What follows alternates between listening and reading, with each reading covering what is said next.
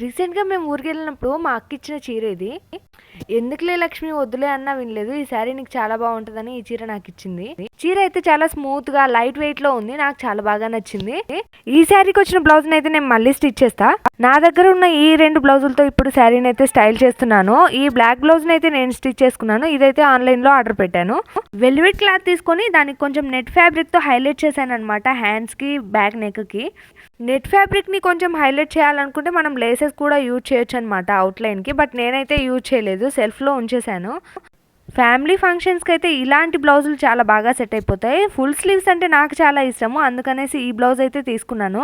కానీ ఈ శారీకి ఈ బ్లౌజ్ బాగా సెట్ అయిందని నాకెందుకో అనిపిస్తుంది.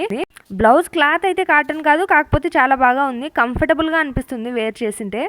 ఈ 2 బ్లౌజులు ఈ శారీకి పర్ఫెక్ట్ కాంబినేషన్‌గా నాకైతే అనిపిస్తుంది. ఇంతకీ ఈ 2 బ్లౌజులలో ఏ బ్లౌజ్ బాగుందనేది కామెంట్ చేయడం మర్చిపోకండి. ఒక వీడియో నచ్చితే లైక్, షేర్, సబ్స్క్రైబ్. బాయ్.